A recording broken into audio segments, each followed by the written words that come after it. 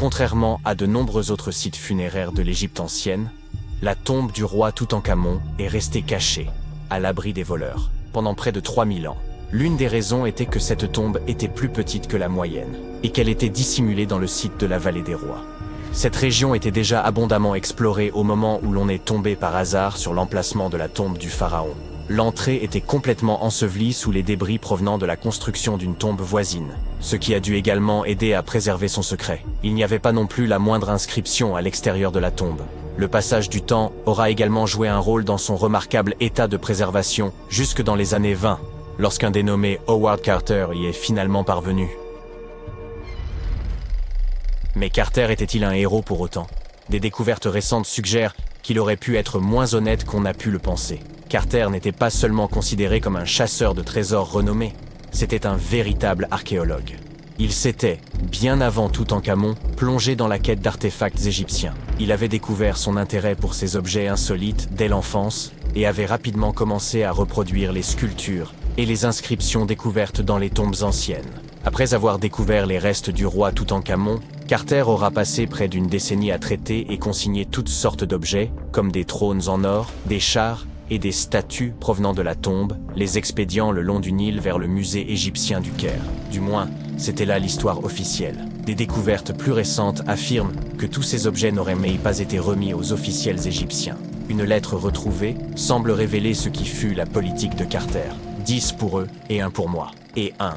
La lettre en question avait été envoyée à Sir Alan Gardiner, philologue et ami de Carter, et datée de 1922. Dans ses écrits, Carter mentionnait avoir découvert la tombe et demandait à son ami quelques conseils. Dans une autre lettre de 1934, Gardiner semblait remercier Carter pour un amulette qui lui aurait été envoyé comme cadeau de remerciement. Carter insistait sur le fait qu'elle ne provenait pas de la tombe de Toutankhamon, mais manifestement, c'est bien de là que venait. Le directeur britannique du musée égyptien était lui-même au courant des manigances de Carter, mais ne pouvait pas les prouver. Il a comparé l'amulette de Gardiner avec d'autres qui provenaient de la tombe de Toutankhamon, et aux surprises, elles se ressemblaient à s'y méprendre. Gardiner était tellement embarrassé d'avoir été mis dans une situation si délicate qu'il s'est plaint à Carter dans une autre lettre. En bon ami, Gardiner a préféré ne pas jeter l'opprobre sur le célèbre archéologue. À la place, il a conseillé à Carter de restituer ses objets volés au Caire, tout comme il vous conseillerait de donner un coup de pouce à cette vidéo et de vous abonner à la chaîne pour plus de vidéos incroyables sur les secrets les plus pharaoniques de l'histoire. Ce n'est pas le seul élément louche concernant le comportement de Carter après la découverte. En 1947, un dénommé Alfred Luca, qui avait travaillé aux côtés de l'archéologue controversé, a livré des informations dans une obscure revue Kérot. Il affirmait que Carter avait discrètement forcé la porte de la chambre funéraire par lui-même. Après quoi, il l'avait refermée comme si de rien n'était avant d'officialiser la découverte. Pourquoi aurait-il fait cela?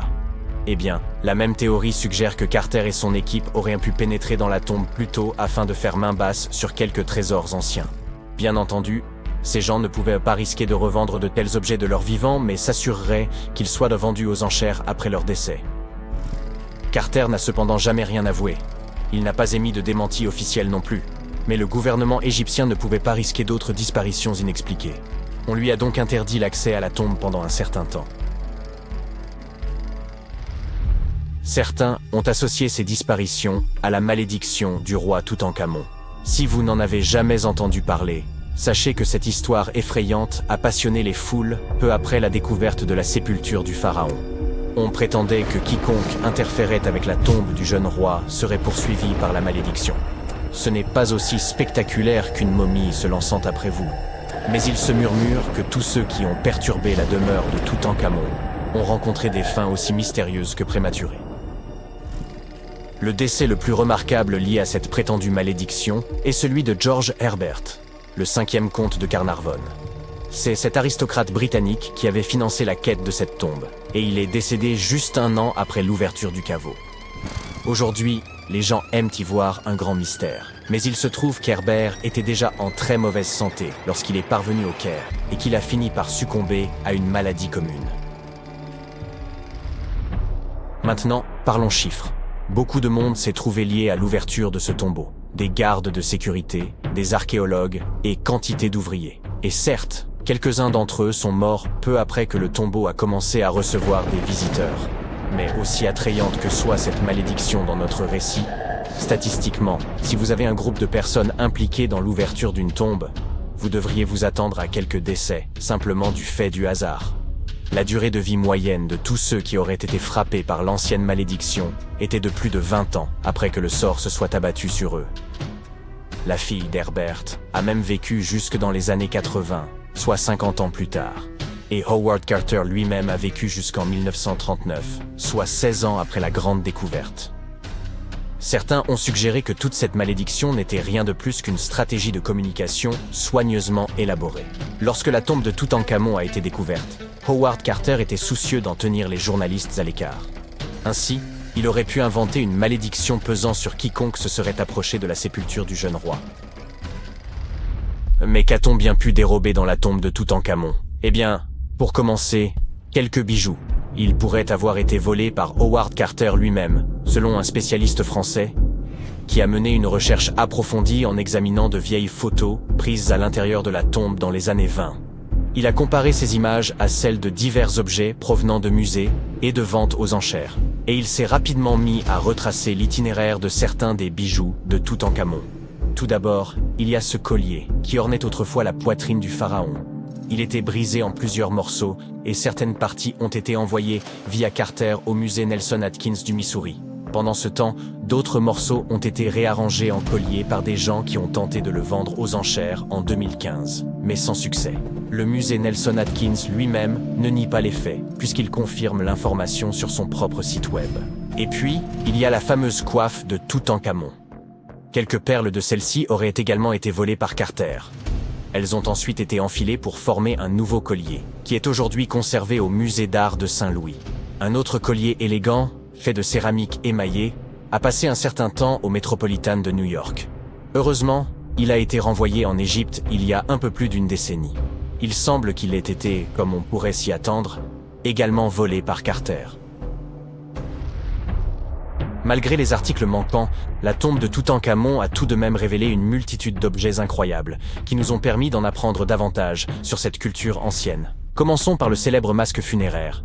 Il s'agit d'un énorme ouvrage en or de 53 cm de diamètre, orné de pierres semi-précieuses et de pattes de verre. Il pèse 10 kg et représente le jeune pharaon avec une longue barbe postiche et une coiffe surmontée d'un cobra et d'un vautour. Au dos, un sortilège tiré du livre des morts était censé assurer son passage dans l'au-delà. Toutankhamon était apparemment aussi passionné de jeux de société, notamment de sonnettes. On en a retrouvé 4 dans sa tombe, dont certains en ivoire. Les archéologues ont également trouvé une paire de sandales en or, bien qu'on imagine qu'elles aient été davantage pour l'apparat que pour le confort. En fait, le pharaon ne les a probablement jamais portées de sa vie. En parlant d'articles de mode, il semble que Toutankhamon ait été un souverain plutôt coquet. On a même retrouvé un mannequin dans son tombeau qui était utilisé pour choisir, ajuster et ranger ses tenues et ses bijoux. Le jeune roi semble également avoir apprécié la musique, d'après les 2 trompettes que les historiens ont retrouvées dans son tombeau.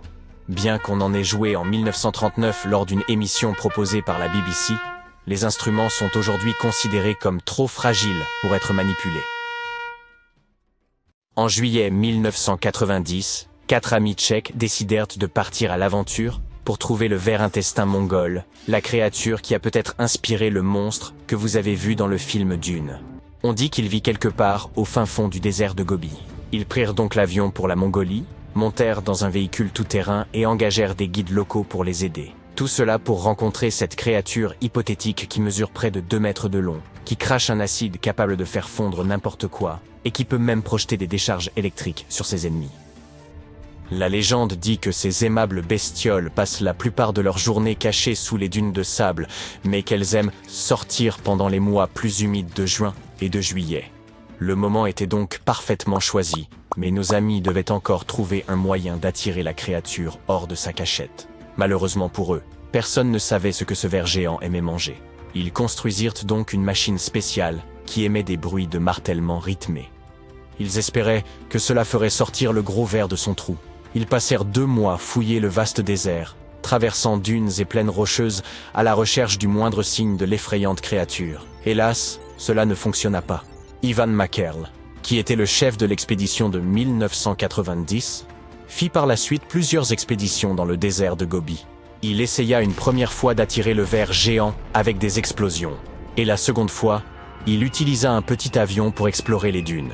Au fil des ans, des groupes américains, britanniques et néo-zélandais organisèrent de grandes expéditions dans la région pour tenter de trouver la créature. De nombreuses autres personnes vinrent du monde entier par leurs propres moyens, mais personne ne trouva quoi que ce soit.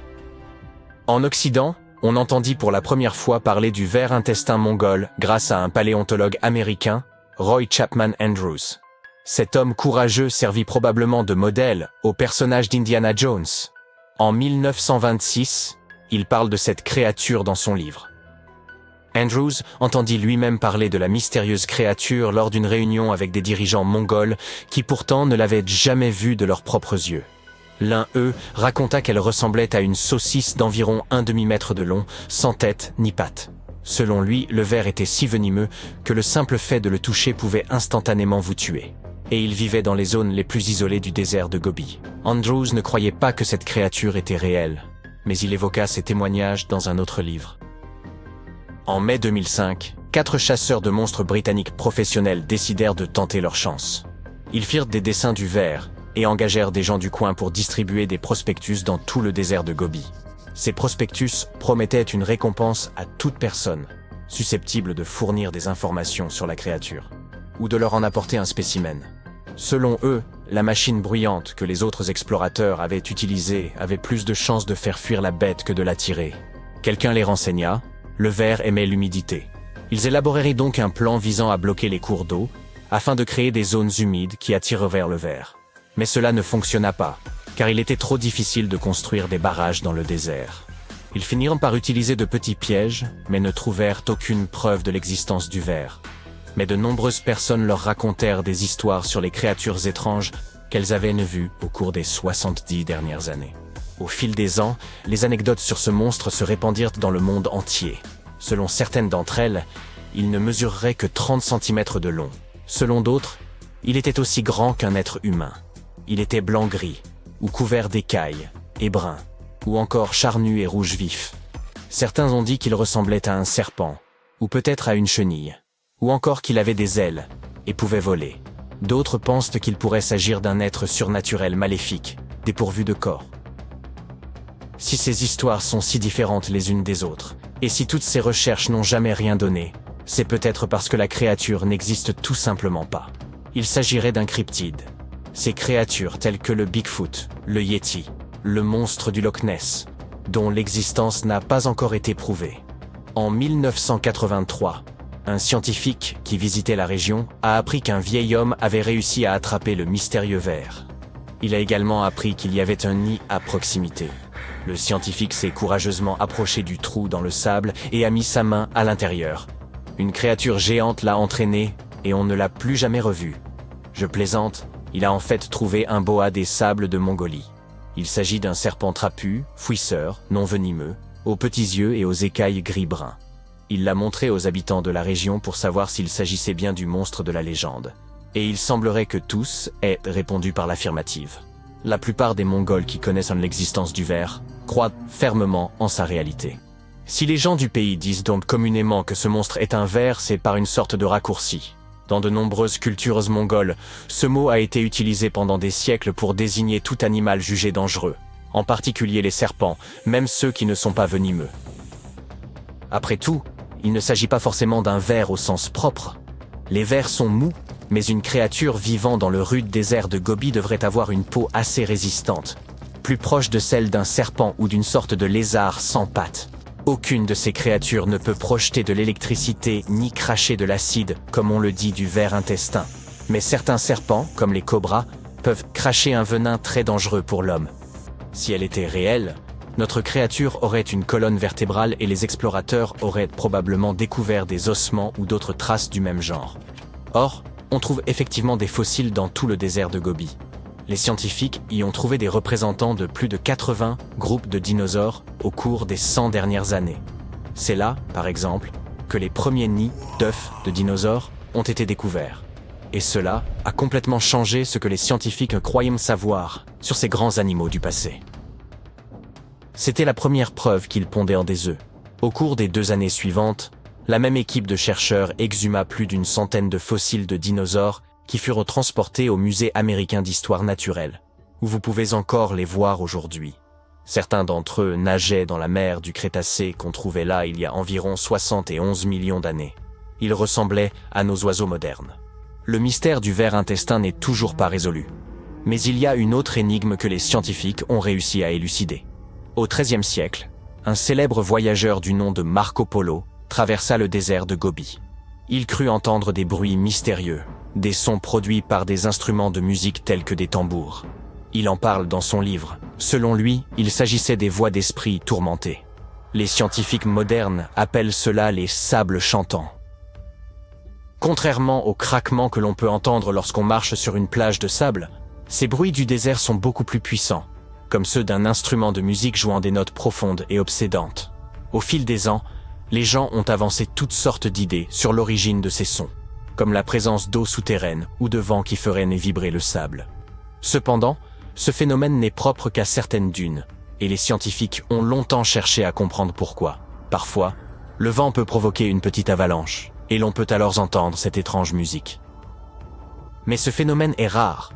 Pour l'étudier, les scientifiques ont donc dû aider les dunes à chanter, grimpant jusqu'au sommet, puis se laissant glisser sur le dos en utilisant leurs mains et leurs pieds pour pousser le sable vers le bas. Au fur et à mesure que le sable dégringolait, le son commençait à se faire entendre, puis devenait de plus en plus puissant. Les scientifiques sentaient même des vibrations dans leurs mains. Ils ont donc découvert que pour qu'une dune chante, il faut qu'un certain nombre de choses se produisent. Les grains de sable doivent avoir la bonne forme. La dune doit être grande et le sable doit être très sec. Pas de chanson après la pluie. À l'intérieur de la dune, il doit y avoir une couche dure de sable compacté qui agit comme un haut-parleur géant.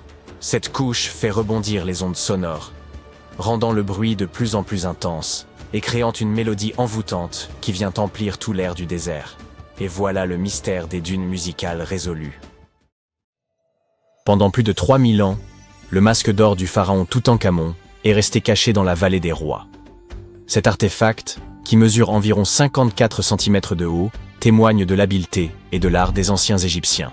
Mais personne ne s'attendait à ce que les rayons X révèlent son plus grand secret. Le roi Toutankhamon a été le dernier souverain de sa famille au cours de la 18e dynastie.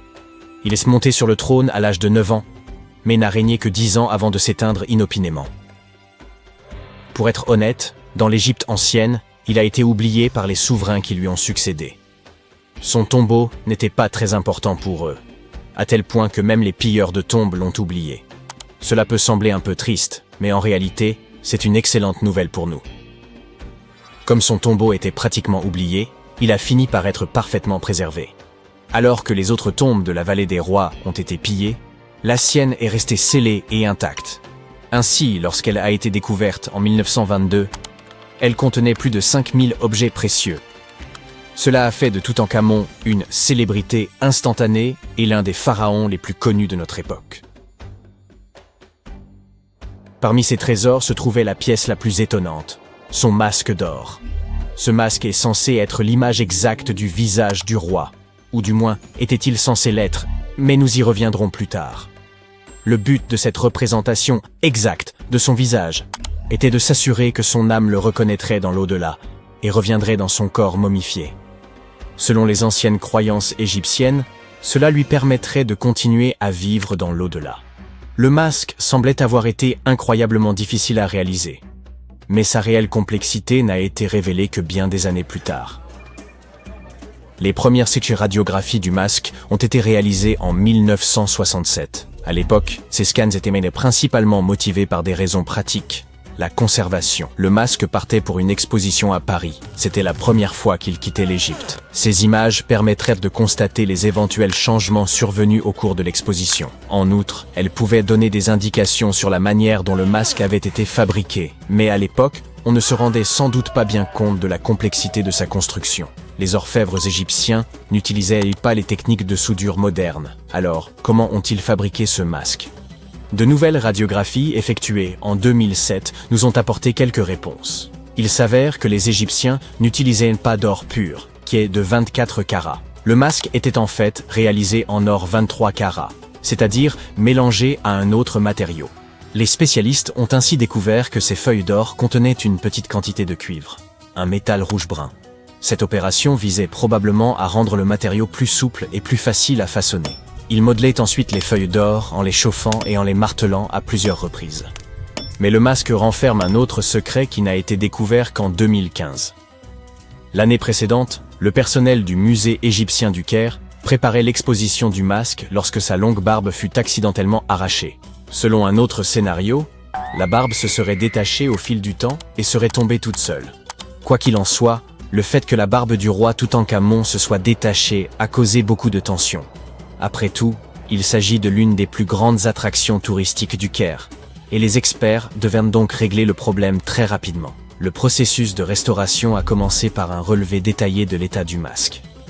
Pour ce faire, ils ont dû effectuer un scan tridimensionnel complet de l'artefact. Et par hasard, ils ont trouvé quelque chose de très intéressant à l'intérieur. Dans la barbe royale se trouve un tube en or, une structure intrigante que les Égyptiens ont probablement utilisée pour attacher la barbe au reste du masque. Cela prouve une fois de plus que le processus de fabrication de ce masque était encore plus complexe que ne le pensaient les experts. Mais les mystères ne s'arrêtent pas là. Vous vous souvenez que nous avons dit que le masque était censé représenter parfaitement le visage du roi Toutankhamon? Ce n'est peut-être pas tout à fait vrai. Certaines théories populaires suggèrent que le masque n'a jamais été conçu pour lui, et qu'il a été fabriqué pour quelqu'un d'autre. Une étude publiée en 2015 suggère qu'il aurait initialement été confectionné pour une femme pharaon, sa belle-mère supposée, la célèbre et magnifique reine égyptienne Néfertiti. L'indice le plus probant provient d'une inscription sur le masque. À première vue, elle semble bien se référer à Toutankhamon. Mais après un examen approfondi, les chercheurs ont remarqué que quelque chose d'autre avait été écrit sous le nom du roi. Le cachet du nom royal semble avoir été modifié. À l'origine, il portait une inscription que l'on a traduite par « Reine Néfertiti ». Une autre caractéristique du masque d'or de Toutankhamon, passé inaperçu pendant des années, ajoute encore au mystère. Comme nous l'avons déjà mentionné, les experts pensent que les pharaons qui lui ont succédé ne le respectaient pas beaucoup. Les oreilles percées sur le masque sont l'un des indices qui ont amené les archéologues à cette conclusion. Certains chercheurs pensent que le roi Toutankhamon n'aurait pas porté de boucle d'oreille après son enfance. Ainsi, selon leur théorie, lorsqu'il est décédé à l'âge de 18 ans, il n'aurait pas dû être représenté avec les oreilles percées. Cela pourrait également confirmer l'idée que le masque appartenait à l'origine à Néfertiti, ou peut-être à quelqu'un qui n'était même pas lié au roi Toutankhamon. Mais le masque n'est pas la seule source de mystère. En fait, sa tombe entière est truffée d'énigmes. Récemment, des historiens ont découvert un indice indiquant que l'endroit où le roi Toutankhamon était censé être enterré avait été changé à la dernière minute. Pendant des années, les experts se sont demandé pourquoi un pharaon qui a régné pendant 9 ans avait fini dans une tombe aussi simple. Comparé à la grandeur des tombes d'autres pharaons, sa tombe semble un peu ordinaire. L'idée qu'un roi comme Toutankhamon puisse avoir un lieu de repos aussi banal ne correspond pas au pouvoir et à l'importance qu'il devait avoir dans l'Égypte ancienne. Alors, que s'est-il passé? Apparemment, cela pourrait avoir un rapport avec son successeur, le pharaon Haï. Après la mort du roi Toutankhamon, les chercheurs pensent que Haï a fait en sorte de l'effacer de l'histoire de l'Égypte. Une théorie suggère donc qu'il est probablement à l'origine de la décision rapide de placer le corps du roi Toutankhamon dans une tombe plus petite et moins impressionnante. Lorsque les experts ont examiné la tombe d'Haï, ils ont trouvé quelque chose d'intéressant. Un grand mur recouvert de peintures représentant des babouins. Il s'agit du même type d'œuvre d'art que celle que l'on trouve dans la tombe de Toutankhamon. Il semble que ce soit la même personne qui ait choisi les œuvres d'art pour les deux tombes. La conception et la décoration des deux tombes sont presque identiques, ce qui suggère qu'une main commune les a réalisées. Mais il y a une différence essentielle. La tombe d'Haï est digne d'un roi. Elle est beaucoup plus grande et plus somptueuse, même si le style et les œuvres d'art sont similaires à ceux du tombeau de Toutankhamon. Cette théorie suggère donc qu'Haï aurait décidé du contenu des deux sépultures. Comme Toutankhamon est décédé subitement à un jeune âge, son grand tombeau n'a pas été achevé à temps. Habituellement, les pharaons entreprenaient la construction de leur tombe de leur vivant, afin de s'assurer que tout soit parfait. Mais Toutankhamon est décédé alors qu'il n'avait que 18 ans, et le temps lui a donc manqué. Et a peut-être profité de la situation pour commander une tombe plus petite pour Toutankhamon et garder la plus grande pour lui. Les experts pensent que cette théorie expliquerait pourquoi la tombe de Toutankhamon est si simple et comment Ay a réussi à effacer sa mémoire de l'histoire si facilement. En fin de compte, l'histoire du masque et du tombeau du roi Toutankhamon est empreinte de mystère et d'intrigue. Chaque nouvelle découverte jette un peu plus de lumière sur ce qui s'est réellement passé il y a tant d'années. Mais une chose est sûre, l'Égypte ancienne a encore bien des secrets à nous livrer. Et le roi Toutankhamon continuera de fasciner les hommes dans les années à venir. Imaginez que vous ayez réservé une excursion dans les jungles du Costa Rica. Tout à coup, vous tombez sur une énorme sphère de pierre, dont le diamètre fait presque 2 mètres. Comment diable est-elle arrivée là et que symbolise-t-elle? Vous interrogez immédiatement votre guide. Il n'est pas aussi étonné que vous, et vous explique qu'il y en a en fait plusieurs centaines disséminées dans le sud du pays. Ces mystérieuses sphères de pierre n'ont pas de nom officiel. Les habitants les appellent simplement Las Bolas, ce qui signifie boule en espagnol, tandis que les historiens les appellent les sphères d'Iquiz, du nom de la culture qui les a produites.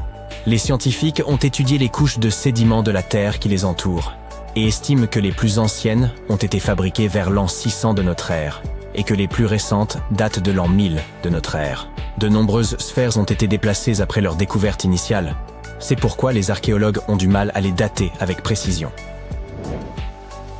La culture d'Iquiz a complètement disparu peu après sa découverte par les Espagnols, au XVIe siècle.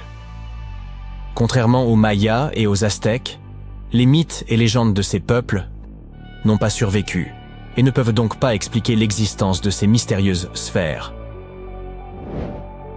Plus de 300 de ces boules ont été découvertes à ce jour, certaines mesurant moins de 2,5 cm de diamètre, les plus grandes mesurant jusqu'à 2 mètres de diamètre, plus hautes donc que la plupart des humains. Bien que certaines sphères soient en calcaire, la majorité d'entre elles ont été sculptées dans une variété de basalte, un type de roche qui se forme lorsque la lave se refroidit rapidement. Certaines sphères pèsent jusqu'à 15 tonnes et, dans la plupart des cas, leur surface est lisse au toucher, bien qu'il existe des pièces plus rugueuses, généralement inachevées.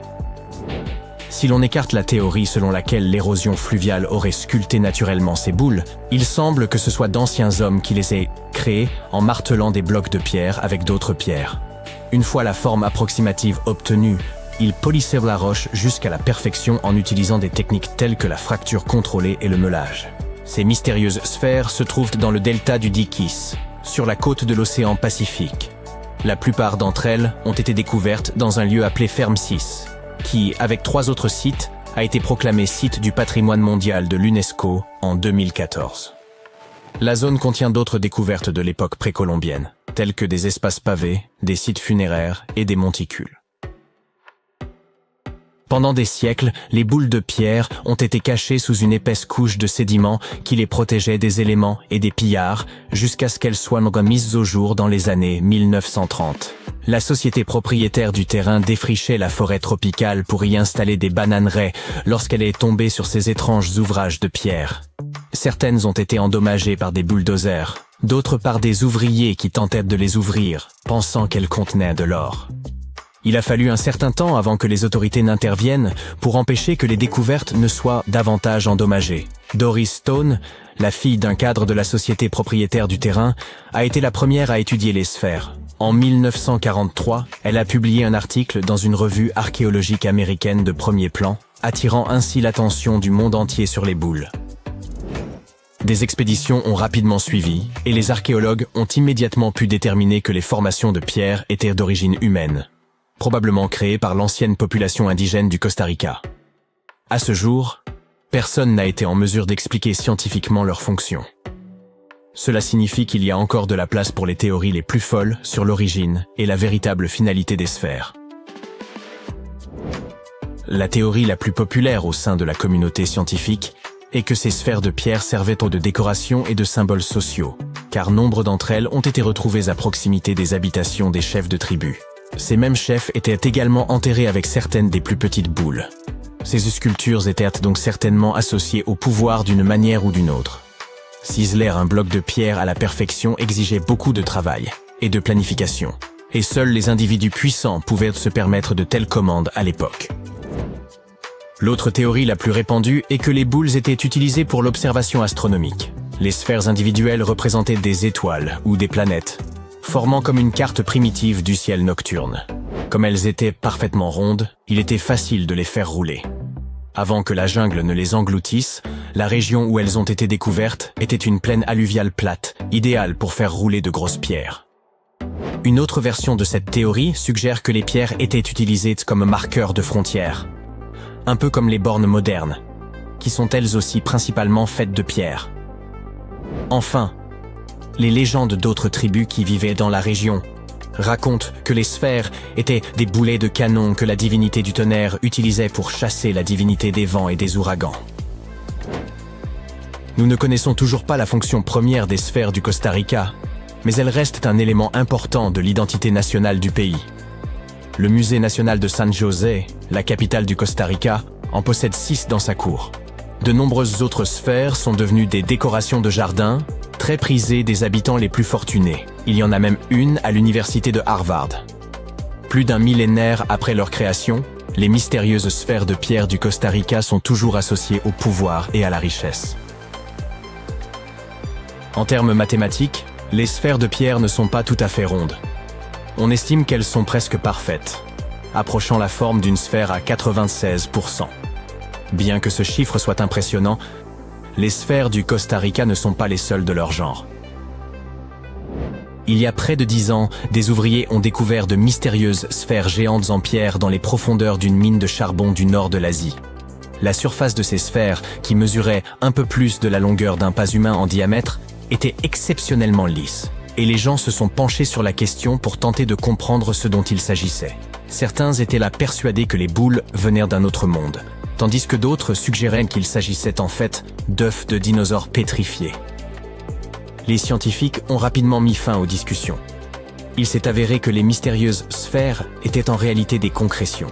Il s'agit de formations rocheuses qui mettent des millions d'années à se former dans les profondeurs du sous-sol. Pensez à un caillou qui amasse de la neige en dévalant une colline. C'est ainsi que se forment les concrétions. L'eau souterraine, riche en sédiments et en minéraux, s'écoule autour de la concrétion, la façonnant lentement en un orbe parfait. Ce processus est assez courant dans la nature, mais en général, les concrétions sont assez petites. Les sphères trouvées dans la mine de charbon avaient atteint cette taille dans un sol riche en minéraux, et elles étaient suffisamment grandes pour intéresser la presse et le grand public. Un autre cas possible de concrétion est celui des imposantes sphères de pierre retrouvées dans la vallée de Visoko, en Bosnie.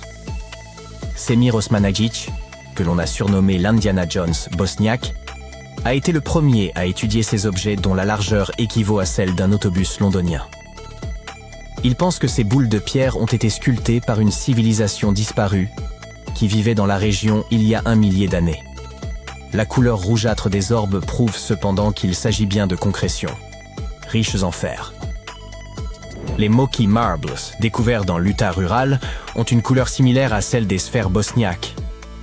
Ces minuscules concrétions, de la taille d'une bille, sont constituées d'un noyau de grès et d'une coquille d'hématite, un minerai de fer. En Afrique du Sud, des mineurs ont découvert les sphères de Klerksdorp, dont la forme et la taille sont similaires à celles des Moki Marbles. La seule différence est que celles-ci se sont formées à l'intérieur de sédiments et de cendres volcaniques. Parmi les petites sphères créées par l'homme, les plus intrigantes sont probablement celles que l'on trouve sur certaines îles grecques. Des scientifiques ont découvert 700 pierres plus petites que des balles de golf près du site de l'âge du bronze d'Akrotiri, sur l'île de Santorin. Ils pensent que ces objets ont entre 3600 et 4500 ans. En comparant toutes les variations de taille et de couleur de ces pierres énigmatiques, les archéologues ont conclu qu'elles auraient pu faire partie du plus ancien jeu de société jamais fabriqué. Avec l'aide de l'intelligence artificielle, les scientifiques tentent aujourd'hui de comprendre les règles de ce jeu. En 2011, des chercheurs chiliens ont mis au jour en Antarctique un fossile singulier, évoquant un ballon de football écrasé. Pendant près de 10 ans, ce spécimen est resté sans étiquette spécifique, posé sur une étagère du Musée national d'histoire naturelle du Chili. Dans le musée, on l'appelait « La Chose », un surnom inspiré de son apparence digne d'un film de science-fiction.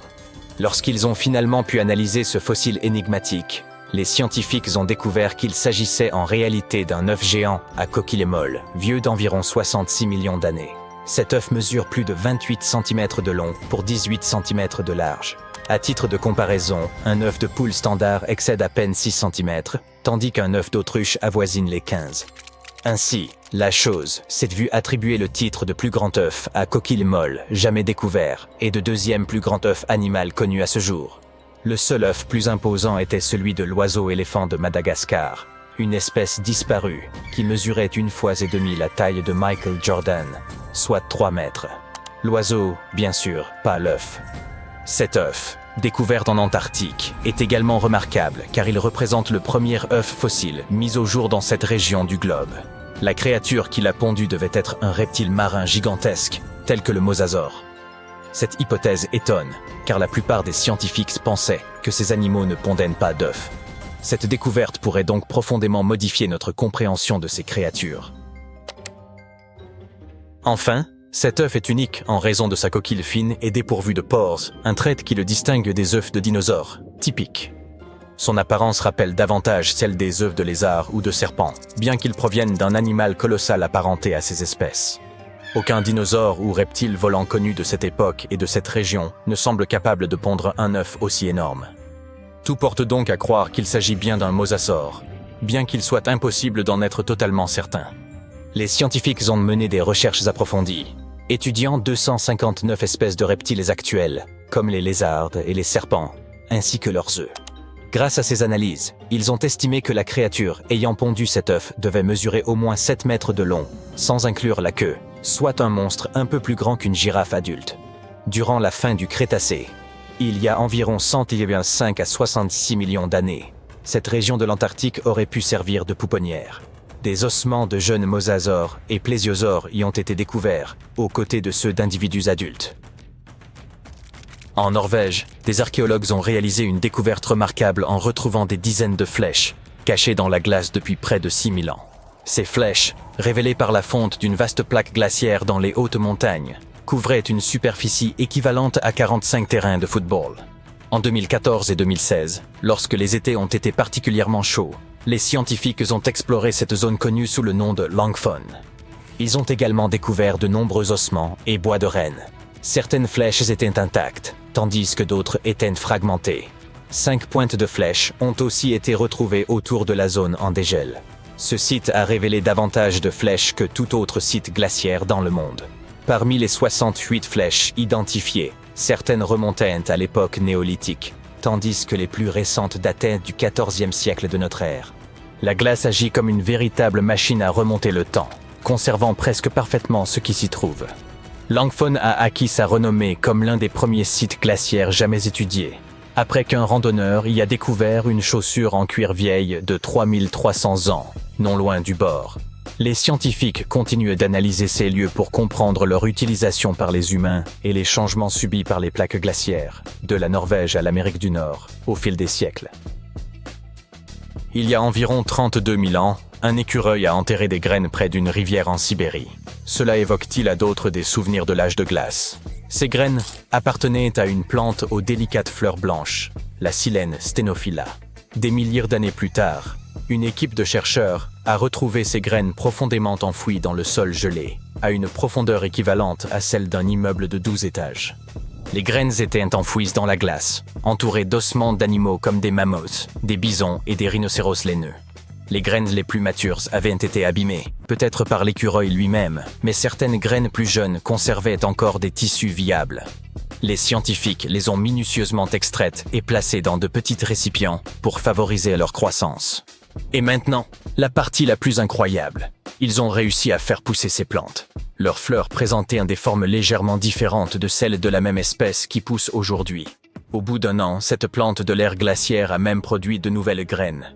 Ces résultats ont conduit les chercheurs à suggérer que le permafrost pourrait servir de réservoir d'un ancien patrimoine génétique, où des espèces disparues pourraient être retrouvées et ramenées à la vie. Des chercheurs, à bord d'un brise-glace en Antarctique, étaient à la recherche de baleines lorsqu'ils ont fait une découverte beaucoup plus surprenante. Une caméra placée derrière le navire, pesant autant qu'une voiture, a capté l'image de 60 millions de nids de poissons des glaces, répartis sur le fond de la mer de Weddell. Les nids, espacés d'environ 25 cm dans toutes les directions, s'étendaient sur une superficie de 240 km², soit légèrement plus que la taille de Washington, D.C. La colonie possédait même une limite bien définie, visible comme une ligne tracée dans le sable. Les scientifiques exploraient cette région pour étudier un site océanique particulier où l'eau était légèrement plus chaude que celle environnante. Dans cette eau réchauffée, ils ont observé de minuscules organismes, appelés zooplanctons, près de la surface. Lorsqu'ils éclosent, les jeunes poissons des glaces nagent vers cette zone pour se nourrir de zooplancton avant de redescendre vers le fond marin pour grandir et, à leur tour, se reproduire. Avec une telle abondance de nourriture, leur présence dans cette eau plus chaude semblait logique. Cependant, personne ne s'attendait à découvrir un nombre aussi impressionnant de nids de poissons des glaces, bien plus que ce qui avait été observé jusque-là. L'Antarctic Heritage Trust de Nouvelle-Zélande a découvert d'anciens négatifs dans une cabane en Antarctique. Ces clichés se sont avérés être des images rares de l'expédition du groupe de la mer de Ross, une tentative célèbre mais infructueuse menée par Ernest Shackleton entre 1914 et 1917. Son ambition était d'être le premier à traverser l'Antarctique par voie terrestre, reliant la mer de Weddell à la mer de Ross en passant par le pôle Sud. Cependant, l'expédition a pris une tournure désastreuse lorsque leur navire, l'Aurora, a été perdu en mer. L'équipe a dû s'abriter dans la cabane d'un autre explorateur, le capitaine Robert Falcon Scott, qui avait lui aussi cherché à atteindre le pôle Sud en 1972, sans succès. Les négatifs, fabriqués en nitrate de cellulose, ont été retrouvés collés les uns aux autres dans une petite boîte. Le Trust a ramené les négatifs en Nouvelle-Zélande, où ils ont été soigneusement séparés, révélant 22 images jusque-là invisibles. Bien que de nombreuses photos aient été abîmées, certaines montraient des lieux reconnaissables autour du détroit de McMurdo, une région emblématique de l'Antarctique. L'identité du photographe reste toutefois un mystère. En décembre 2021, des chercheurs ont observé une marque inhabituelle sur la plateforme de glace de Larsen, une immense étendue glacée au large de la côte est de l'Antarctique. Ils ont supposé qu'il s'agissait d'une rivière souterraine et ont foré à près de 500 mètres pour vérifier. Bien qu'ils se soient attendus à trouver de l'eau, ils ont été surpris de découvrir qu'elle abritait de minuscules créatures rapides, appelées amphipodes. Les chercheurs ont également constaté que cette rivière souterraine comportait des courants en couches, se déplaçant dans des directions inattendues et encore mal comprises. Une autre découverte étonnante a marqué leur étude. Le 20 décembre de la même année, un volcan, le Unga Tonga, est entré en éruption, et les ondes de pression générées par cet événement ont été détectées jusque dans la rivière gelée de l'Antarctique. Cette observation illustre les interconnexions étonnantes qui lient tous les phénomènes de notre planète, même dans les régions les plus reculées. Vous souvenez-vous de 2011 ? Eh bien, ouvrez grand vos oreilles. Un plongeur s'apprête à s'immerger profondément dans les eaux du fleuve Musi, situé au cœur d'une île indonésienne. Il est l'un des nombreux chanceux à avoir retrouvé des artefacts incroyables au fond de celui-ci. Plongeurs et pêcheurs découvrent peu à peu une civilisation de Sumatra disparue depuis longtemps. Connue sous le nom de la Cité éclatante, la cité-État de Sriwijaya était probablement la plus proche d'un véritable Eldorado à avoir jamais existé. Elle a toutefois disparu à la fin du XIIIe siècle. Et jusqu'à récemment, les chercheurs ne connaissaient même pas l'emplacement exact de celle-ci. Imaginez une civilisation bâtie sur un fleuve, un véritable monde aquatique, selon les archéologues qui ont étudié Sriwijaya. Les maisons, les marchés et les lieux de culte ont été érigés sur des pilotis de bois au-dessus du niveau de l'eau. Ces habitants se déplaçaient, comme les Vénitiens modernes, dans de simples bateaux. Sriwijaya était connu comme un empire maritime prospère et respecté. Il a existé du 7e au 11e siècle. Il faisait partie de la route de la soie, et toute personne voyageant d'est en ouest devait transiter par la cité. Ces souverains étaient avisés et sont parvenus à prendre le contrôle du détroit de Malacca, permettant ainsi à la cité d'obtenir un contrôle total sur les routes commerciales de la région. Le moins que l'on puisse dire, c'est que son nom avait quelque chose d'honorifique. Sriwijaya se traduit du sanskrit par « éclatante victoire » ou simplement « glorieuse ». La cité était un important comptoir commercial de l'époque. Elle était stratégiquement située sur les routes commerciales les plus influentes de l'Ancien Monde, ce qui signifie que ses habitants sont devenus extrêmement riches. Les anciennes sociétés les plus prospères avaient pour habitude d'exhiber ouvertement leur or et leurs richesses. Elles utilisaient souvent ces métaux précieux en guise d'offrandes à leurs divinités. Ou elles les utilisaient pour créer de grandes statues et pour en faire les parures de leurs rois et de leurs reines, ainsi que les décorations de leurs palais. Sriwijaya n'échappait pas à la règle. Des plongeurs indonésiens, qui ont exploré la moitié du fleuve Musi près de la ville de Palembang, en ont retrouvé certaines traces. Jusqu'à présent, ils ont découvert une statue grandeur nature de Bouddha, des bijoux incrustés de pierres précieuses, des cloches de temple, des miroirs, des cruches en or, et bien d'autres objets. Aucune fouille archéologique officielle n'a été effectuée dans la région, ces artefacts sont donc les premiers éléments de l'empire de Sriwijaya jamais retrouvés. Sean Kingsley, un archéologue maritime britannique qui a rapporté ces découvertes, ne cache pas sa surprise. Longtemps, les gens ont spéculé sur la véritable richesse de Sriwijaya. Et il semble que les rumeurs aient été confirmées. Nous partons de zéro, dit-il. Nous ne savons pas quels vêtements portaient les habitants de Sriwijaya, quels étaient leurs goûts, ou quel genre de poteries ils utilisaient pour se nourrir. Même si cette découverte a suscité un certain enthousiasme dans la communauté scientifique, il y a un revers à cette médaille. Les plongeurs et les pêcheurs revendent les artefacts récupérés sur le marché international des antiquités, avant même que les archéologues n'aient pu les examiner. Les chercheurs pourraient essayer d'acquérir certains articles, mais ils sont vendus pour des millions de dollars à travers le monde entier. La plupart des informations dont nous disposons au sujet de cet Eldorado de l'Orient provient des récits de marchands. Ces descriptions relatent que Sriwijaya était un royaume de serpents, mangeurs d'hommes et de perroquets multilingues. Voilà qui n'est pas banal. Certains affirment que ces volcans actifs donnaient à la cité un aspect irréel et inquiétant. Et toutes ces histoires soulignent la quantité d'or dont elles foisonnaient. Les récits de voyage étaient une façon courante de décrire les villes dans les temps anciens. Au cas où vous ne le sauriez pas, c'est ainsi que la légende d'Eldorado a débuté à l'origine. Alors que les explorateurs européens débutèrent leur excavation des terres sud-américaines au XVIe siècle, il se disait qu'une civilisation amazonienne avait pour coutume de peindre ses chefs en or en guise d'offrandes aux divinités. La légende de El Hombre Dorado, alias l'homme doré, a commencé à se répandre rapidement à travers l'Europe. Il s'est avéré que ce n'était là que la pratique cérémonielle d'une civilisation précolombienne. Celle-ci n'indiquait aucunement des ressources en or illimitées. Personne ne sait ce qui a provoqué le déclin de l'empire Sriwijaya. Certains avancent que ces volcans actifs auraient pu l'engloutir, ou peut-être que les maisons de bois construites au-dessus du fleuve ont fini par couler. Peut-être que si les plongeurs continuent de récupérer des objets perdus au fond de l'eau, les archéologues pourront déterminer ce qui est vraiment arrivé à la ville. Il semble que cela soit assez courant dans l'histoire du monde. Certaines civilisations anciennes ont disparu sans laisser de traces, comme cela s'est produit avec la civilisation Maya, par exemple. Les Mayas ont réussi à bâtir l'un des plus grands empires de l'Amérique précolombienne. On pensait qu'il abritait plus de 2 millions de personnes, et il a prospéré pendant plus de 6 siècles. Sa disparition soudaine est une chose qui intrigue les archéologues et les scientifiques. Les Mayas ont commencé à s'implanter en Amérique du Sud dès 1500 avant notre ère. Leur civilisation s'étendait de la péninsule du Yucatan au Mexique jusqu'au Guatemala en passant par le Belize. On pense qu'ils ont érigé environ 40 villes à l'apogée de leur empire. Ils ont également développé un système complexe de hiéroglyphes qui est étudié depuis sa découverte par les scientifiques modernes. Les Mayas étaient de fervents ingénieurs, astronomes et agriculteurs. Il s'agissait d'un peuple post-nomade qui s'était installé dans de vastes zones de terres agricoles, où ils pouvaient cultiver du maïs et d'autres types de légumes. Les archéologues en apprennent encore beaucoup sur la civilisation maya en inspectant ses ruines. La ville de Chichén Itzá, située dans la péninsule du Yucatan, est l'un des sites mayas les plus importants découverts à ce jour. Le site compte un total de 26 ruines et abrite une pyramide mondialement célèbre, connue sous le nom d'El Castillo. Elle se compose d'une série de terrasses carrées avec des escaliers sur chacun des 4 côtés du temple. Elle a été construite en hommage au dieu serpent à plumes.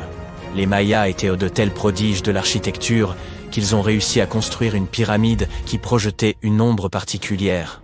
Plus précisément, en fin d'après-midi pendant les équinoxes de printemps et d'automne, la pyramide projette plusieurs ombres triangulaires qui créent l'illusion d'un serpent.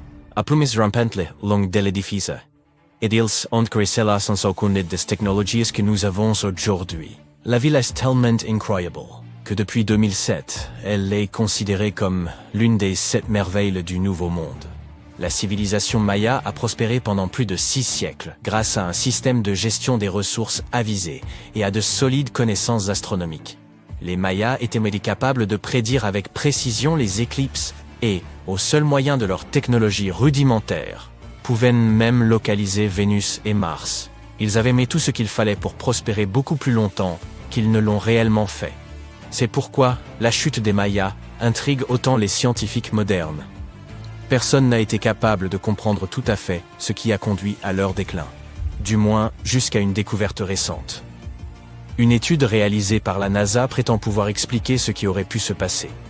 Les archéologues ont découvert un échantillon de pollen piégé pendant plus de 1200 ans dans d'anciennes couches de sédiments lacustres, qui remontent à l'époque précédente pour le fondement de cette civilisation. L'analyse a révélé quelque chose de complètement nouveau sur les Mayas.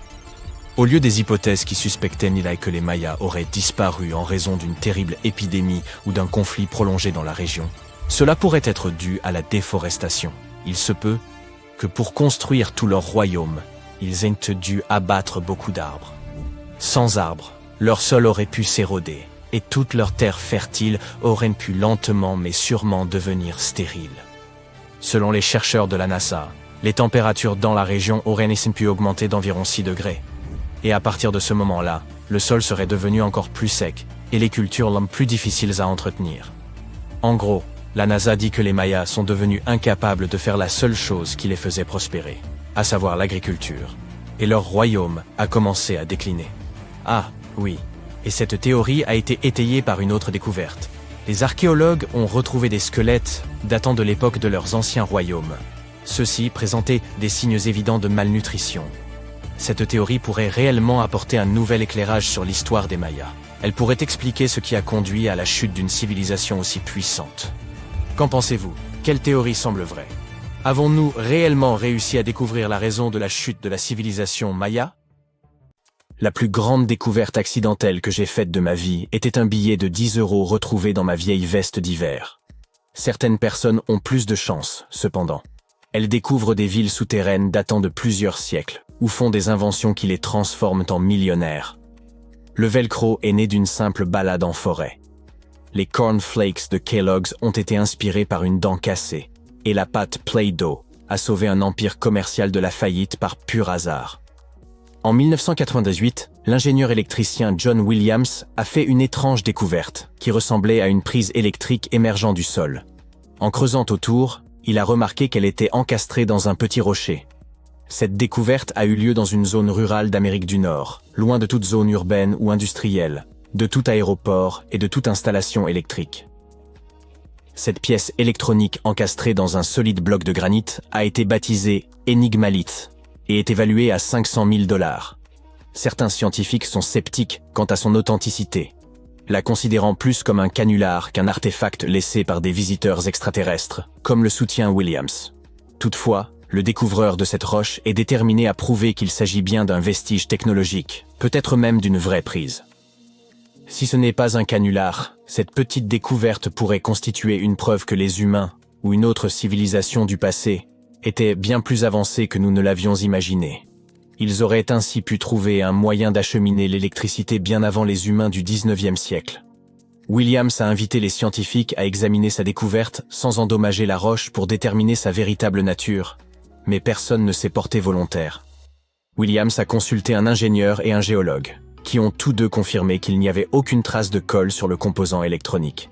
Il n'a pas non plus été soudé, ce qui indique qu'il est aussi vieux que la roche elle-même, datée d'environ 100 000 ans selon une analyse géologique.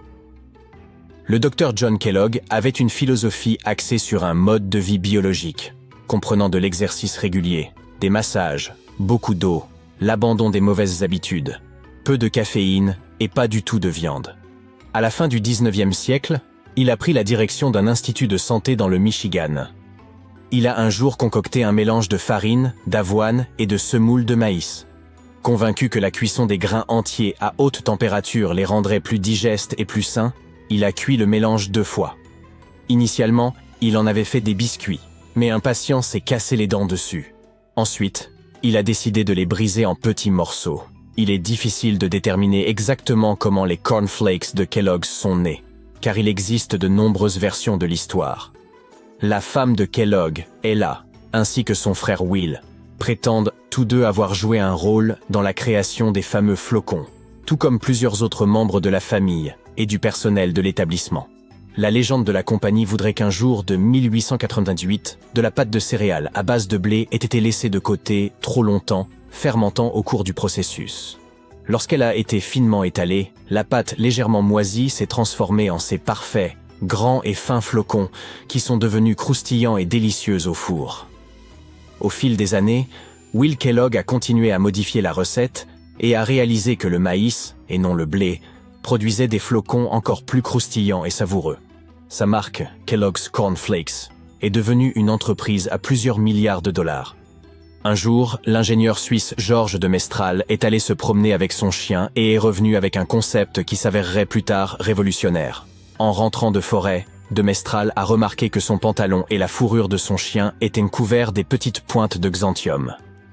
Il a examiné les barbes sous un microscope et a remarqué qu'elles s'apparentaient à de minuscules crochets qui se fixaient aux boucles des vêtements et de la fourrure. Déterminé à reproduire cette technologie naturelle, il a entrepris de concevoir un système d'attache extrêmement solide, aux multiples applications pratiques. Après plusieurs années de recherche et d'expérimentation avec différents matériaux, il a finalement opté pour le nylon. De plus, il a dû mettre au point un métier à tisser spécial capable de tisser des fibres dans les bonnes tailles, formes et densités. Après 14 années de travail acharné, de Mestral a finalement présenté au monde le velcro, dérivé des mots velours et crochet. Bien qu'il ait espéré que son invention remplacerait les fermetures éclairs, l'industrie de la mode l'a initialement perçue comme bas de gamme et peu attrayante. La NASA a toutefois reconnu son potentiel et commencé à l'utiliser dans les combinaisons spatiales et les casques des astronautes dans les années 1960. Aujourd'hui, le velcro est omniprésent, avec une multitude d'applications, des chaussures aux jouets en passant par les coussins des sièges d'avion. Jusqu'au milieu du XXe siècle, le chauffage au charbon était la norme dans la plupart des foyers, laissant de la suie qui s'incrustait partout dans la maison, en particulier sur les papiers peints. Kuttol Products était le principal fournisseur de nettoyants pour papier peint de l'époque. Cependant, dans les années 1950, de plus en plus de gens ont adopté le gaz, le pétrole et l'électricité comme source de chauffage, ce qui a largement résolu le problème de toute cette suie. Le propriétaire de Kuttol Products essayait désespérément de sauver son entreprise. Pendant ce temps, sa belle-sœur, qui était institutrice en maternelle, a lu qu'un nettoyant pour papier peint pouvait être utilisé pour fabriquer des décorations. La pâte à modeler traditionnelle était trop difficile à manipuler pour ses élèves. C'est ainsi qu'elle a décidé d'expérimenter avec ce matériau. Et ça a très bien fonctionné. Elle a partagé sa découverte avec ses proches et a proposé un nom pour ce nouveau produit. Play-Doh. Avec la société Kuttol au bord de la faillite, c'était l'opportunité idéale pour une reconversion. Rapidement, des grands magasins comme Macy's et Marshall Field ont montré de l'intérêt pour ce nouveau jouet et ont commencé à le distribuer. Au début, la Play-Doh n'existait qu'en blanc, mais elle a rapidement été déclinée en rouge, bleu et jaune. Ils ont apporté plusieurs modifications à la recette originale, mais la composition de base reste largement la même que celle utilisée pour nettoyer le papier peint. Une légende urbaine affirme que si vous prenez toute la pâte à modeler Play-Doh jamais produite et la faites passer dans leur machine, vous obtiendrez un serpent assez long pour enrouler la planète 300 fois. Un Turc rénovait sa maison lorsqu'il a abattu une cloison de sa cave à coups de masse. À sa grande surprise, il a découvert un tunnel caché derrière le mur, qui conduisait à une ancienne ville souterraine. Ce tunnel conduisait vers d'autres passages, des salles et des chambres. Cela s'est avéré être un complexe souterrain entier de 18 étages, dépourvu d'habitants et depuis longtemps abandonné. C'était la cité de Derinkuyu, conçue il y a des milliers d'années pour accueillir jusqu'à 20 000 personnes. Quiconque l'a construite a fait preuve d'une grande maîtrise, car creuser des tunnels dans cette roche tendre présente des risques d'effondrement considérables. Aucun des étages de Derinkuyu ne s'est jamais effondré. La ville était équipée d'un système de ventilation sophistiqué, comprenant plus de 15 000 puits d'aération. Les niveaux supérieurs bénéficièrent de la meilleure ventilation et étaient réservés aux chambres et aux espaces de vie. Les niveaux inférieurs servaient principalement au stockage, mais comportaient également des oubliettes. Entre les deux se trouvaient des espaces dédiés au bétail, une école, un couvent et de petites églises. John Martin, un professeur de sylviculture, se promenait une nuit dans une forêt du Wisconsin. Il utilisait une lampe torche à UV pour repérer les lichens, les champignons, les plantes et les grenouilles qui brillent sous cette lumière. Soudain, il a entendu un écureuil volant couiner près d'une mangeoire à oiseaux. Il a braqué sa lampe torche sur l'animal et l'a vu se teinter de rose. Le professeur en a discuté avec son collègue et ils ont décidé d'approfondir leurs recherches. Ils ont examiné les peaux d'écureuils volants conservés dans des musées pour déterminer si cette lueur rose était un phénomène courant. Il s'est avéré que presque tous les spécimens d'écureuils volants qu'ils ont examinés présentaient cette fluorescence. En revanche, les écureuils ordinaires n'en présentaient aucune. D'autres animaux fluorescents, comme les macareux et les caméléons, émettent une lueur bleutée sous la lumière UV. Les seuls autres mammifères avec une fourrure fluorescente sont une vingtaine d'espèces d'opossums. Ils habitent divers écosystèmes et ont des régimes alimentaires différents. La seule chose qu'ils aient en commun avec les écureuils volants est qu'ils sont nocturnes, alors que les autres écureuils préfèrent la lumière du jour.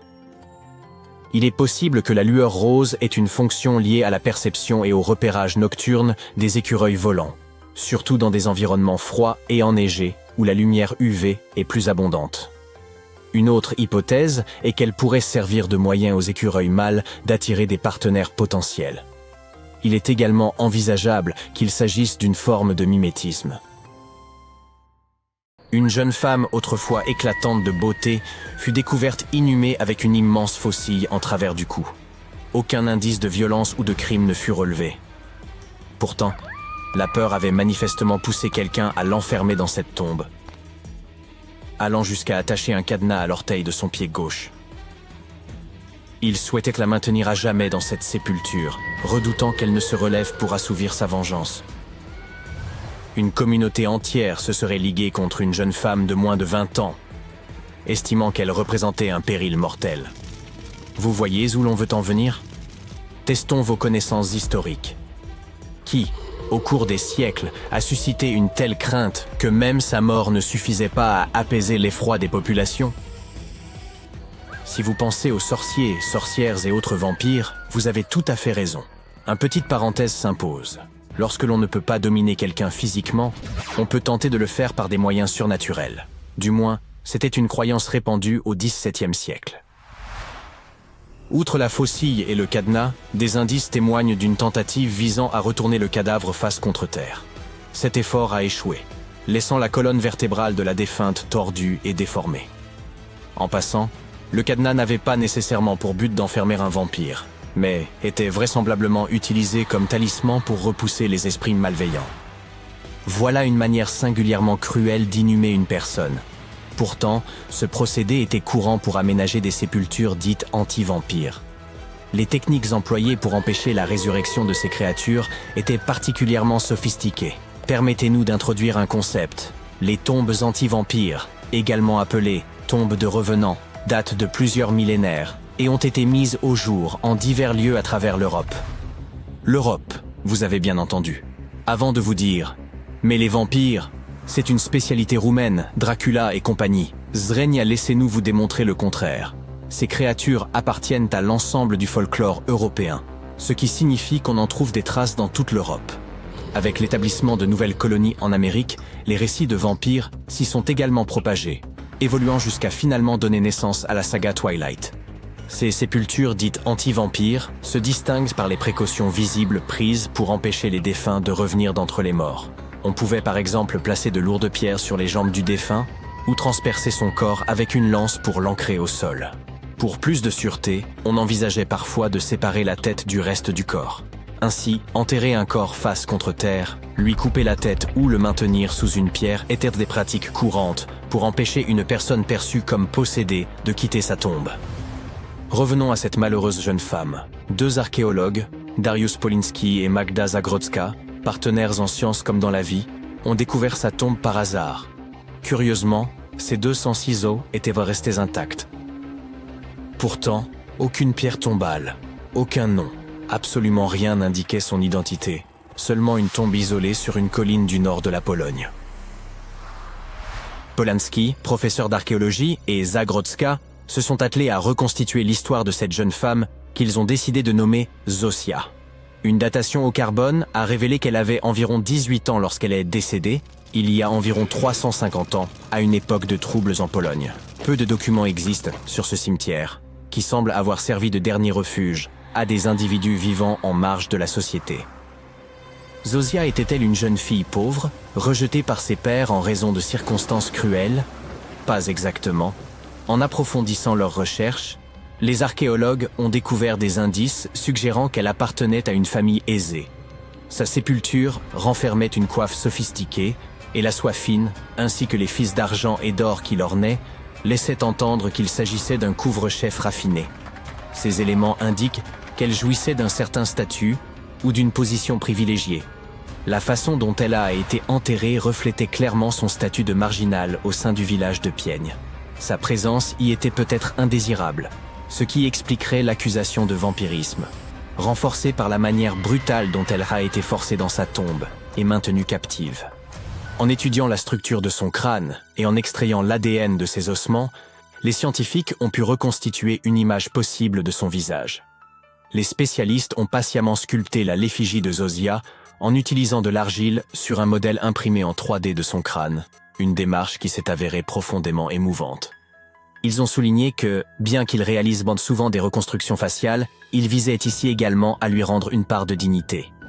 Grâce à ces 3 techniques, analyse ADN, impression 3D et modelage à l'argile, l'équipe a redonné un visage à Zosia, disparue depuis 4 siècles, mettant ainsi en lumière l'histoire humaine cachée derrière ses croyances surnaturelles. Ironique, n'est-ce pas? D'abord, tout avait été fait pour effacer son visage du souvenir collectif et l'empêcher de revenir un jour. 400 ans plus tard, on s'est employé à la ramener à la vie. Aujourd'hui, son portrait se trouve partout sur Internet. Mais les visages de ceux qui l'ont enterré resteront pour toujours inconnus. Hélas, ce projet de reconstruction ne permet qu'un lien visuel avec Zosia, tandis que son véritable récit demeure un mystère. Ce que nous savons, en revanche, c'est que les individus perçus comme étant des vampires faisaient l'objet de terribles discriminations. Une rumeur prétendait même que ces créatures affamées enlevèrent des humains pour étancher leur soif. Mais examinons cette idée sous un angle mathématique pour démontrer l'absurdité de cette légende et prouver que Zosia n'en faisait pas partie. En 1600, la population mondiale ne comptait que 537 millions de personnes. Bien sûr, ces chiffres ne sont pas tout à fait précis, mais ils sont proches de la réalité. Le physicien Kostas Eftimiou a calculé que si un vampire mordait une personne chaque mois, l'humanité aurait disparu en quelques années. Avec une population de départ de 537 millions en 1600 et un seul vampire, ces calculs indiquent qu'il ne resterait plus un seul humain dès juillet 1602. Et pourtant, nous sommes bien là aujourd'hui. Placer une pierre sur un cadavre pour empêcher un vampire de se relever est peut-être une pratique qui vous surprend. Mais il existe aussi de nombreux stéréotypes sur ces créatures que vous connaissez certainement, comme l'utilisation de l'ail ou l'absence de reflets dans les miroirs. Curieusement, bien que ces superstitions reposent sur des croyances infondées, il existe une explication logique à l'association des vampires avec l'ail. Ce dernier contient un composé, la lysine, qui est un puissant antibiotique. Même si les gens de l'époque ignoraient ce qu'était un antibiotique, ils avaient remarqué que l'ail était efficace contre diverses maladies. Ils pensaient également que les vampires naissaient d'un trouble sanguin spécifique, ce qui les amenait à croire que l'ail pouvait les neutraliser. Par ailleurs, il existe réellement une affection sanguine appelée porphyrie, qui donne à ceux qui en souffrent une apparence évoquant celle des vampires. Leur peau est pâle et leurs dents paraissent plus grandes à mesure que leurs gencives se rétractent. De plus, les personnes atteintes de porphyrie ne peuvent pas consommer d'ail, car cela aggrave leur état. Quelle coïncidence fascinante! Une autre superstition, plus récente, concerne l'aversion des vampires pour les miroirs. La première mention connue de cette idée apparaît dans le roman Dracula, publié en 1897. Mais pourquoi un vampire n'aurait-il pas de reflets? C'est assez simple. Avant l'ère du plastique, les miroirs étaient recouverts d'argent, un matériau associé au rejet des forces du mal. L'argent était souvent perçu comme un répulsif contre les esprits malveillants, peut-être à cause de ses propriétés antimicrobiennes. Comme pour l'ail, ses qualités curatives auraient pu inspirer l'idée qu'il effrayait les vampires. Une autre explication possible de cette superstition est que des affections telles que la porphyrie ou la rage, souvent confondues avec le vampirisme, altéraient l'apparence des malades. Ces derniers évitèrent peut-être de se regarder dans un miroir à cause de ces changements, ce qui a pu nourrir l'idée que les vampires fuyaient leur propre reflet. Et si jamais vous croisez un vampire que ces méthodes ne dissuadent pas, voici une astuce supplémentaire. Demandez-lui de compter. Cela peut être des grains de riz, des haricots ou même les mailles d'un filet de pêche, si vous en avez un sous la main. Les vampires, paraît-il, sont obsédés par les chiffres, ce qui les détournera de leur objectif jusqu'au lever du soleil. Et on sait bien que les vampires n'apprécient guère la lumière du jour. Ironiquement, de toutes les marionnettes du 1 rue Sésame, c'est le conte vampire qui nous apprend à compter. Les pratiques d'hygiène existent sur cette planète depuis que la vie y est présente. Même les premiers organismes unicellulaires se sentaient mal à l'aise lorsqu'ils se salissaient. Ils fabriquaient donc des boucliers et développaient des mécanismes pour expulser les hôtes indésirables, tels que les bactéries. Les animaux aussi sont étonnamment propres, surtout les cochons, parmi tous les animaux. Ils portent une attention particulière à la propreté de leur environnement. Les cochons domestiques, par exemple, choisissent un endroit pour faire leurs besoins à bonne distance de l'endroit où ils mangent ou dorment. L'homme a lui aussi une longue histoire, parfois peu ragoûtante, avec l'hygiène, qui remonte jusqu'à nos anciens cousins, les Néandertaliens. Il est prouvé que, même il y a plus de 60 000 ans, ils semblaient soucieux d'avoir des dents bien blanches et en bon état. 2 dents fossilisées de Néandertaliens en témoignent grâce à d'étranges rainures, qui ont manifestement été faites par un objet pointu, une sorte de cure-dent. Il y a aussi la Vénus de Willendorf. Cette minuscule statue vieille, d'environ 25 000 ans, est découverte en Autriche. Sa fonction reste un mystère, les scientifiques ne savent pas s'il s'agissait d'une œuvre d'art ou si elle avait une signification spirituelle. Mais elle nous donne quelques indications sur les pratiques hygiéniques anciennes. Rien ne permet de le confirmer, mais les bosses et les sillons sur la tête de la statue pourraient représenter des tresses. Les scientifiques n'ont aucune idée de la fréquence à laquelle les gens se lavèrent les cheveux à l'époque, ni s'ils utilisaient des produits de nettoyage spécifiques.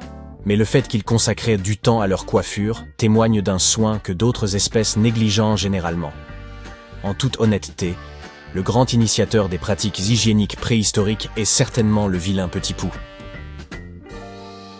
Plus proche de nous dans le temps, il y a les Égyptiens, qui remportent sans conteste la palme des pratiques de soins personnels.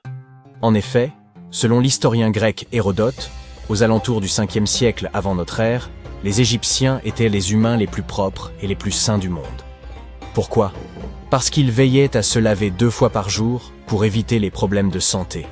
Les chefs spirituels, en particulier, prenaient la propreté très au sérieux.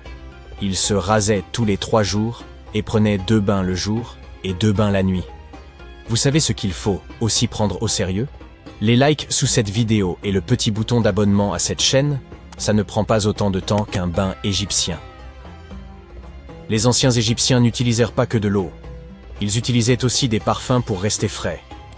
Et ils avaient du savon au natron parfumé dont les propriétés permettèrent de lutter contre les bactéries et les champignons. Ce natron, un sel minéral, était également utilisé pour les bains de bouche. Les gens mâchèrent du persil et d'autres herbes pour avoir une haleine fraîche. Les Égyptiens de l'époque ont même inventé l'un des premiers déodorants. Des textes anciens suggèrent de se passer une espèce de pain parfumé sous les bras après le bain. On mélangeait également un œuf d'autruche avec de l'écaille de tortue pulvérisée et on s'en servait comme onguent pour éloigner les mauvaises odeurs. Les femmes, surtout les plus aisées, se rasèrent le crâne avec des rasoirs en silex ou en métal et portèrent des perruques de cheveux humains pour protéger leur peau du soleil et éviter les poux. Celles qui gardaient leurs cheveux naturels utilisaient souvent des extensions qu'elles fixaient avec de la cire d'abeille et de la résine. Certaines femmes portèrent même des cônes de cire parfumés sur leur tête. Ça libérait une délicieuse odeur tout au long de la journée, et elles sentaient super bon. Remontons maintenant un peu vers le nord et examinons les pratiques de ces bons vieux Romains. Certes, les Babyloniens et les Assyriens furent les premiers à inventer les toilettes. En effet, ils conçurent jadis un espace spécialement consacré à cette besogne. Leurs déchets, s'écoulait dans des tuyaux avec l'eau du bain. Mais ce n'est qu'avec les Romains de l'Antiquité que ces toilettes se sont généralisées. Les ménages les moins aisés utilisaient un tonneau dans lequel ils déversèrent les matières contenues dans leur pot de chambre. Les toilettes publiques étaient également populaires, parfois même assez grandes pour accueillir plus de 50 personnes. Imaginez pouvoir discuter de commerce et de marketing avec d'autres professionnels tout en faisant ce que vous avez à faire. Vous n'auriez pas tort. En fait, c'est ce que faisaient les Romains. Et les affaires marchaient plutôt bien à l'époque. Les anciens Romains utilisaient-ils du papier toilette? Non. Mais il semblerait qu'ils utilisaient une éponge fixée sur un bâton, le tersorium, pour se nettoyer après avoir fait leurs besoins. On trouvait souvent ces ustensiles dans les toilettes publiques, mais la manière dont ils étaient utilisés reste un peu mystérieuse. Cela dit, notre papier toilette n'est généralement pas vendu avec un manuel d'utilisation. Cependant, la grosse éponge était sans doute un objet réutilisable. Certains disent qu'on la plongeait dans un peu d'eau mêlée à du vinaigre, qu'on se nettoyait et puis qu'on la rinçait, ou qu'on la replongeait dans un seau d'eau salée ou de vinaigre, pour que la personne suivante puisse s'en servir. Moi, je me serais levé tôt afin d'être le premier. Les aqueducs romains sont probablement l'une des inventions antiques les plus importantes en matière d'hygiène. Ces merveilles d'ingénierie sophistiquée furent conçues pour transporter de l'eau douce depuis les sources montagneuses, éloignées jusqu'aux villes. Ainsi, les Romains disposaient toujours d'un approvisionnement en eau propre. L'époque médiévale a la réputation d'être l'une des plus malodorantes de l'histoire de l'humanité. Pourtant, si l'on examine les données, on s'aperçoit que ce n'était pas si terrible. On conseillait aux gens de se débarrasser de leurs poils en se rasant ou en s'épilant. Une autre technique consistait à préparer un mélange de graines d'aiguille et de vinaigre et à s'en enduire la peau. C'était comme un gommage pour le corps. Quant aux cheveux, les médecins conseillaient de les laver, mais pas trop souvent, une fois toutes les 3 semaines. La méthode? Un bon nettoyage avec de l'eau et un mélange d'herbes. Le peigne était utilisé quotidiennement et on se parfumait les cheveux avec de la poudre de fleurs, des pétales de rose par exemple. Pour la lessive, nos ancêtres médiévaux jetaient leurs vêtements et leur linge dans un bac, une rivière ou un ruisseau. Pour une plus grande propreté, certains ajoutaient de la cendre de bois à leur eau. Les femmes apportaient souvent leur linge à la rivière, où elles piétinèrent les vêtements ou les battaient avec une batte en bois. En fait, l'enthousiasme pour la lessive était tel qu'il entraîna de graves problèmes de santé publique. On raconte qu'au cours des années 1400, une ville anglaise interdit même de laver le linge dans les canalisations de la ville. La situation était intenable. En ce qui concerne la lessive, les habitants de l'époque victorienne en faisaient vraiment trop. Tout d'abord, ça prenait des jours et des jours. Les manuels de l'époque suggérèrent de laisser tremper les vêtements pendant la nuit. Le lendemain, il fallait savonner, faire bouillir, rincer, sécher, amidonner et repasser. Parfois, il fallait même répéter ces étapes. Pour que le blanc garde son aspect neuf, les femmes disposaient de plusieurs options pour éliminer les taches. Par exemple, on disait que le lait aigre faisait des merveilles pour enlever la rouille. Chaque lavage comportait également une étape de bleuissement. Les vêtements blancs étaient bouillis avec un peu de colorant bleu. Les vêtements jaunis paraissaient ainsi plus blancs. Il est intéressant de noter que l'on trouve encore aujourd'hui des produits de blanchiment pour le linge. Un autre manuel donnait des conseils pour blanchir les vêtements. Le coton pouvait être blanchi avec du babeur ou en ajoutant de l'essence de térébenthine au premier lavage. La mousseline nécessitait un mélange chimique après le premier bain de savon, suivi d'un séchage au soleil. À peu près à la même époque vivait l'une des plus belles femmes de l'histoire, Sissi d'Autriche. Elle est devenue célèbre pour son hygiène personnelle et les soins qu'elle s'imposait. Son attribut le plus reconnaissable était son épaisse chevelure châtain d'une longueur incroyable, jusqu'aux pieds. Il lui fallait 3 heures par jour pour se coiffer. Chaque matin, elle prenait un bain froid, se faisait masser, puis s'asseyait dans un fauteuil pendant des heures, laissant sa coiffeuse faire son travail.